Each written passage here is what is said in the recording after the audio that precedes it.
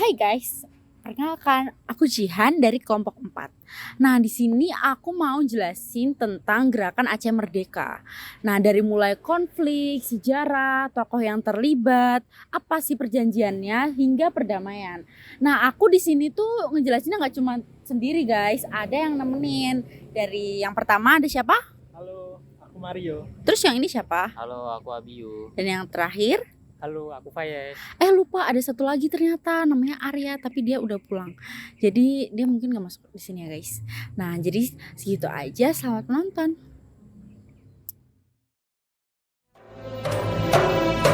If we independence, we got 100%. Okay, we got 100%. No compromise with them. Not that we don't have to ask any permission with them. We just Sasaran utamamu adalah kekuatan bersenjata para demokrat.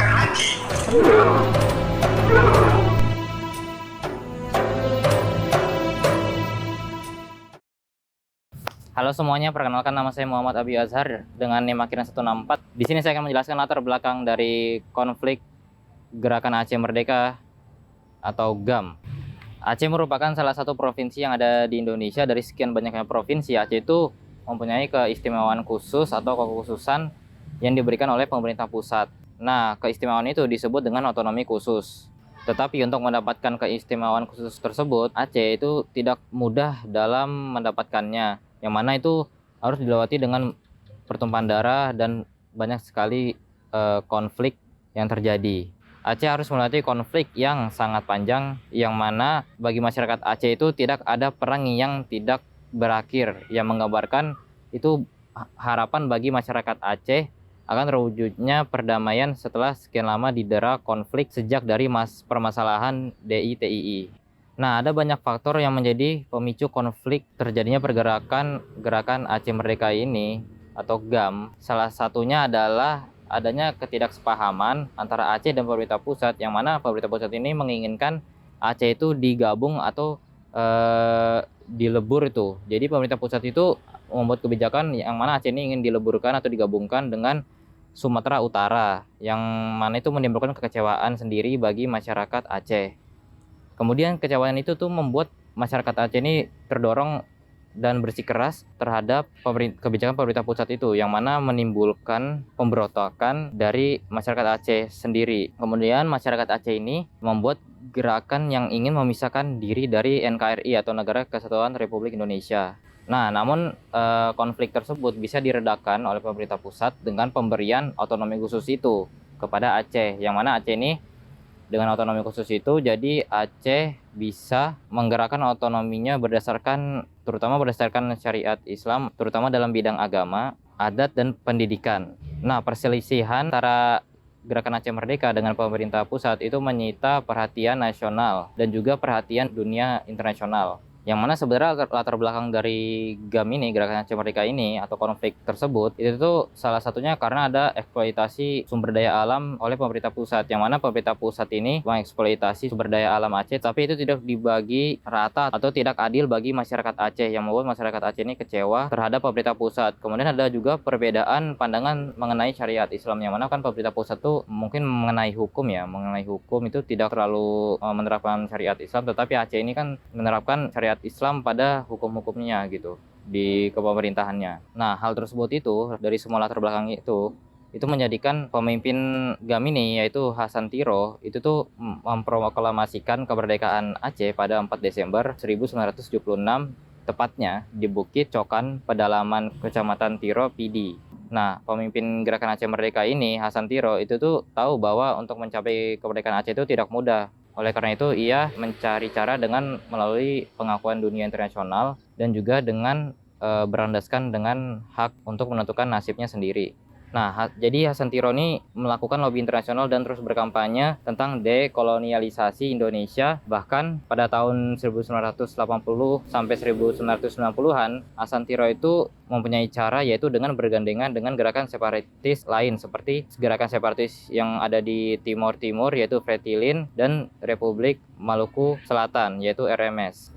Kemudian pada tahun 1980-an, gerakan Aceh Merdeka ini, GAM ini, yang dipimpin oleh Hasan Tiro, itu tuh diserang oleh militer pemerintah pusat, yang mana Hasan Tiro ini harus membangun kembali gerakan bersenjatanya di luar Aceh. Nah, seperti yang dijelaskan oleh Pak Sugeng di kelas, nah Pak Sugeng tuh ada mention GAM, Gerakan Aceh Merdeka ini, itu menggunakan senjata dari Libya gitu. Nah, itu karena pada tahun 1986 dia memilih Libya, si Hasan Tiro ini memilih Libya sebagai markas pelatihan militer, karena Hasan Tiro ini sempat berada di Libya dan ikut salah satu seperti kelompok yang ada di Libya gitu. Nah, yang kemudian 4 tahun kemudian ia melatih hampir 800 pemuda Aceh, tidak hanya mengenai keterampilan militer tetapi ideologi dan perspektif Aceh.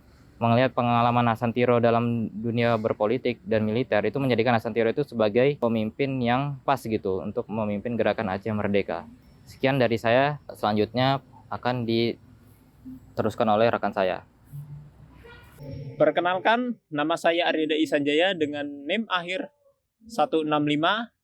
Di sini saya akan menjelaskan mengenai 3 tokoh sentral dari gerakan Aceh Merdeka dan juga ideologi singkat dari gerakan Aceh Merdeka itu sendiri. Gerakan Aceh Merdeka didirikan pada tanggal 4 Desember 1976 oleh Hasan Ditirto di wilayah Aceh Utara, yang dimana Hasan Ditirto sendiri beralasan mendirikan Aceh Merdeka dikarenakan pemerintah Indonesia pada saat itu dirasa tidak memiliki sikap yang adil, terutama dalam pembagian sumber daya alam dari wilayah Aceh terhadap pemerintah pusat, khususnya dalam sumber daya alam yang berkaitan dengan minyak dan gas, terutama yang diambil dari wilayah Arun. Kemudian terdapat pula tokoh kedua yang merupakan tokoh penting juga, yakni Zaini Abdullah, yang dimana dia merupakan seorang dokter serta aktivis pergerakan Aceh yang berada di luar negeri. Selama terjadi pemberontakan GAM, Zaini Abdullah memilih untuk tinggal di Swiss, yang dimana Zaini Abdullah sendiri merupakan seorang diplomat dari gerakan GAM, yang dimana dia ini berperan untuk menggiring berbagai opini dan juga mencari dukungan dari berbagai komunitas internasional serta berbagai lembaga HAM, dan juga menggalang berbagai dukungan di forum-forum luar negeri lainnya. Kemudian yang ketiga, terdapat Muzakir Manaf atau yang biasa dikenal sebagai Mu'alim, yang dimana Mu'alim merupakan salah satu tokoh dari 3 tokoh sentral dari gerakan HAM selain Hasan Ditirto, Zaini Abdullah, dan Muzakir Manaf atau Mu'alim sendiri. Yang dimana Muzakir Manaf sendiri merupakan seorang komandan dari Tentara Nasional Aceh, yang dimana Tentara Nasional Aceh merupakan salah satu sayap dari militer GAM yang aktif untuk melawan Tentara Nasional Republik Indonesia yang saat itu berusaha menekan posisi GAM yang terus melakukan serangan terhadap posisi-posisi Indonesia. Kemudian di antara para tentara GAM, Muzakir Manaf sangat dikenal karena beliau ini memiliki karisma tersendiri, yang dimana tidak jarang berbagai pertempuran yang ia jalani, ia selalu berada di garis depan bersama para tentara-tentara lainnya. Sehingga dapat dikatakan ia memimpin langsung serangan terhadap berbagai posisi-posisi untuk menekan tentara Indonesia. Selain itu, secara ideologi, Gerakan Aceh Merdeka dibentuk atas dasar ideologi nasionalisme Aceh, yaitu sebuah ideologi yang mengatakan bahwa rakyat Aceh adalah suatu bangsa yang terpisah dari bangsa Indonesia lainnya, baik itu dari segi budaya, sejarah, dan identitas Aceh yang tidak sama dengan wilayah Indonesia lainnya. Sekian, terima kasih. Halo semuanya, perkenalkan saya Mario di sini dengan NIM 202305109193. Di sini saya akan menjelaskan tentang periode konflik dan strategi yang digunakan oleh Gerakan Aceh Merdeka dalam meraih kemerdekaannya. Adapun kesulitan-kesulitan yang bakal dialami akan dijelaskan pada sesi ini. Sebelumnya, konflik Gerakan Aceh Merdeka memiliki beberapa taktik dan beberapa upaya yang dilakukan untuk mencapai kemerdekaannya. Dan Indonesia sendiri juga mempunyai taktik yang dilakukan untuk menyatukan daerah kedaulatannya itu sendiri. Adapun beberapa fase yang bakal dilewatin oleh Gerakan Aceh Merdeka dan pemerintah Indonesia dalam upaya memperoleh kemerdekaannya masing-masing. Pada periodenya GAM mengupayakan perjuangan kemerdekaannya menggunakan taktik gerilya, yang dimana taktik ini digunakan pada medan pegunungan, pedesaan, dan wilayah-wilayah kecil di beberapa kota di Aceh Tengah, terus bagian selatan, dan Aceh bagian utara. Sementara itu, target yang ditargetkan oleh anggota gerakan separatis GAM yaitu adalah beberapa perusahaan minyak sebagai salah satu target sumber daya bagi mereka. Dan target ini tidak hanya para pekerja, namun warga sipil juga menjadi target oleh gerakan separatis ini. Sementara itu, pemerintah Indonesia terus berupaya untuk melindungi dan menjaga kedamaian di daerah Aceh. Namun, kedua perseteruan ini terus mengorbankan banyak korban jiwa, sehingga korban jiwa tidak hanya dari pihak pemerintahan Indonesia, namun dari pihak anggota gerakan Aceh Merdeka. Menanggapi isu gerakan separatis ini, Indonesia memberikan sebuah misi, yaitu bahwa Aceh adalah daerah operasi militer atau disingkat dengan DOM. Daerah ini sebagai target militer untuk Indonesia melancarkan tindakan perdamaian dalam memberantas kekuatan GAM secara masif dengan menggunakan militer. Dan pasukan yang digunakan yaitu seperti Kopassus dan Kastrat dalam membasmi gerakan separatis GAM. Namun, gerakan yang dilancarkan oleh pemerintah Indonesia itu tidak hanya menargetkan warga ataupun anggota gerakan Aceh Merdeka, namun beberapa warga sipil menjadi terkena dampak oleh operasi ini. Bahkan adanya penghilangan nyawa, pembunuhan, penyiksaan, bahkan kekerasan terhadap sipil. Menurut data, adanya 400 warga sipil yang terkena dampak dari pemerintah Indonesia, yaitu dari penetapan daerah operasi militer. Operasi ini dikenal dengan Operasi Jaring Merah. Operasi ini dilakukan pada masa 1989 hingga 1998. Menjadi puncak militer di Aceh ini pada Orde Baru, operasi ini dikenal menjadi salah satu konflik paling kotor di Indonesia. Karena praktik-praktik ini melibatkan kekerasan terhadap warga sipil, baik itu secara penculikan, penyiksaan, maupun pembunuhan. Yang seharusnya masyarakat GAM ataupun gerakan separatis ini yang dibasmi, bukan warga sipil. Operasi Jaring Merah akhirnya berakhir ketika lengsernya pemerintahan Soeharto, digantikan oleh pemerintahan B.J. Habibie. Pada pemerintahan B.J. Habibie, di sini ditetapkan bahwa penarikan penuh terhadap daerah operasi militer, yang dimana penarikan ini menyebabkan gerakan GAM merasa bahwa menjadi momentum bagi mereka untuk semakin gencar dalam menyerang dan memerdekakan diri dari Indonesia. Melihat masyarakat GAM semakin masif untuk memerdekakan diri dari Aceh, oleh karena itu B.J. Habibie menerapkan darurat militer dan menyerahkan pasukan besar, sehingga pasukan ini dikenal sebagai pasukan terbesar semenjak operasi pertama, yaitu Operasi Soraja pada tahun 1975.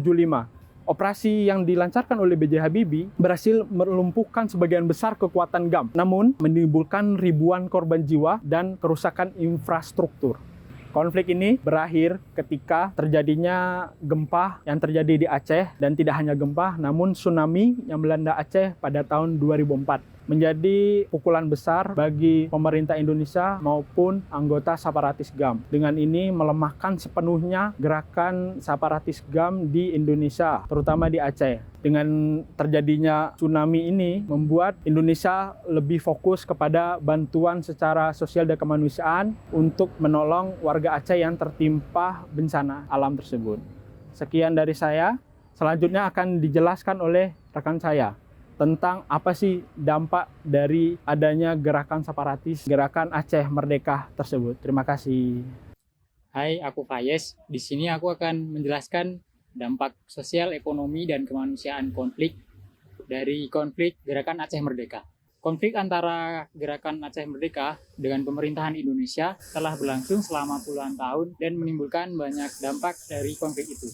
Secara sosial, konflik ini menyebabkan disintegrasi masyarakat Aceh, di mana rasa takut, trauma, dan ketidakpercayaan tumbuh di antara warga sipil, aparat keamanan, dan pihak-pihak yang terlibat secara langsung maupun tidak langsung.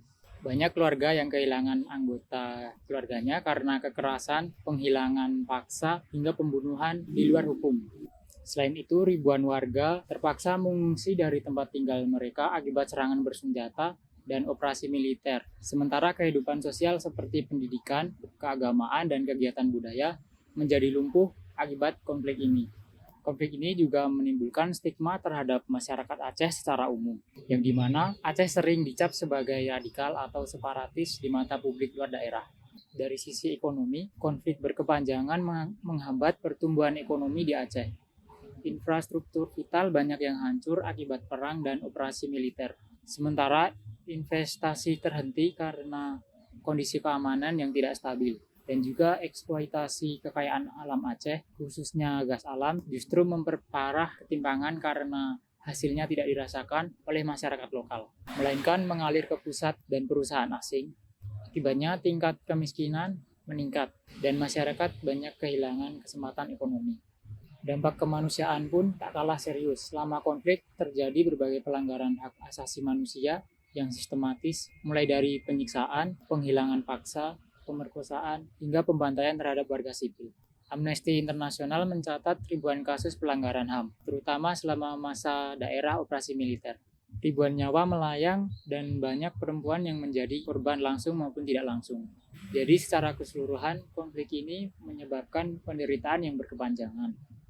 Dan titik balik terjadi setelah bencana tsunami tahun 2004 yang membuka jalan bagi proses perdamaian melalui MOU Helsinki pada tahun 2005. Meski Aceh kini menikmati otonomi dan perdamaian, dampak sosial, ekonomi, dan kemanusiaan dari konflik tersebut masih menyisakan pekerjaan rumah besar, terutama dalam hal rekonsiliasi, pemenuhan keadilan bagi korban, dan pemulihan menyeluruh masyarakat pasca konflik. Sekian dari saya, akan dilanjutkan oleh teman saya. Terima kasih.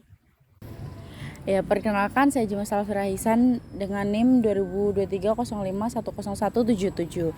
Nah, di sini saya akan menjelaskan tentang pemicu perdamaian dari tsunami Aceh itu sendiri. Nah, bencana tsunami yang melanda Aceh pada 26 Desember 2004 menjadi pemicu utama terciptanya momentum perdamaian antara Gerakan Aceh Merdeka atau biasa yang disebut GAM dan pemerintah Indonesia. Gempa dan tsunami tersebut menewaskan sekitar 170.000 orang, menyebabkan ratusan ribu lainnya hilang dan terlantar, serta menghancurkan infrastruktur secara masif.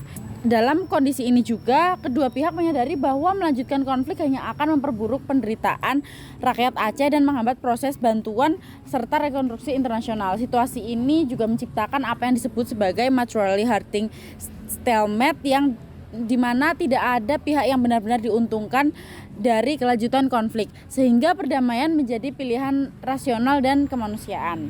Proses dialog dan pendatangan MOU Helsinki. Nah, dialog antara GAM dan pemerintah Indonesia dimulai pada awal 2005, difasilitasi oleh pemerintah Finlandia melalui Crisis Management Initiative atau biasa disebut CMI yang dipimpin oleh Marty Ahtisaari. Proses negosiasi berlangsung selama 5 putaran antara Januari hingga Juli 2005. Dengan penandatanganan Memorandum of Understanding atau MOU Helsinki pada 15 Agustus 2005 di Helsinki, Finlandia. MOU Helsinki menandai berakhirnya konflik bersenjata yang telah berlangsung dari 30 tahun di Aceh.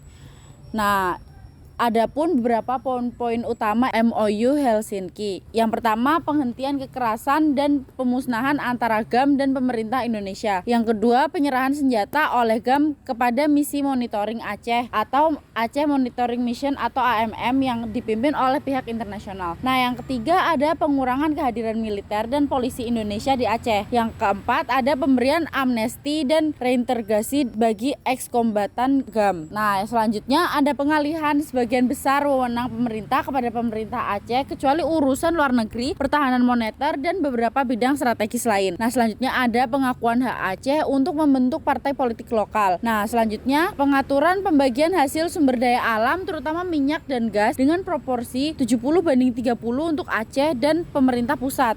Yang terakhir ada pembentukan pengadilan HAM dan Komisi Kebenaran dan Rekonsiliasi atau KKR di Aceh untuk menangani pelanggaran HAM masa lalu. Nah, adapun kondisi pasca MOU Helsinki. Setelah penandatanganan MOU, pemerintah Indonesia itu mengesahkan Undang-Undang Pemerintah Aceh atau UUPA pada 2006 yang memperkuat otonomi kasus Aceh. Aceh berhak mengatur sendiri sebagai aspek pemerintah termasuk penerapan syariat Islam, pendidikan, dan pengelolaan sumber daya alam.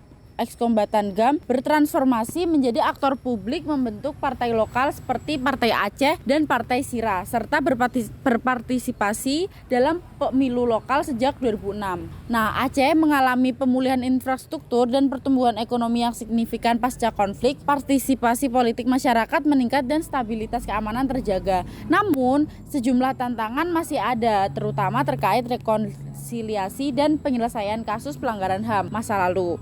Beberapa korban dan pengungsi konflik belum sepenuhnya mendapatkan keadilan atau kompensasi yang layak, dan implementasi beberapa poin MOU seperti pembentukan pengadilan HAM dan KKR masih menghadapi beberapa kendala. MOU Helsinki menjadi tonggak penting dalam sejarah perdamaian Aceh. Bencana tsunami 2004 berperan sebagai katalisator yang mempercepat proses perdamaian melalui disaster diplomasi. Meski masih ada pekerjaan rumah dalam hal rekonsiliasi dan keadilan, Aceh kini relatif damai, lebih makmur dan memiliki ruang demokrasi yang lebih luas dibandingkan pada masa konflik. Baik, sekian dari kelompok kami, kurang lebihnya mohon maaf. Wassalamualaikum warahmatullahi wabarakatuh.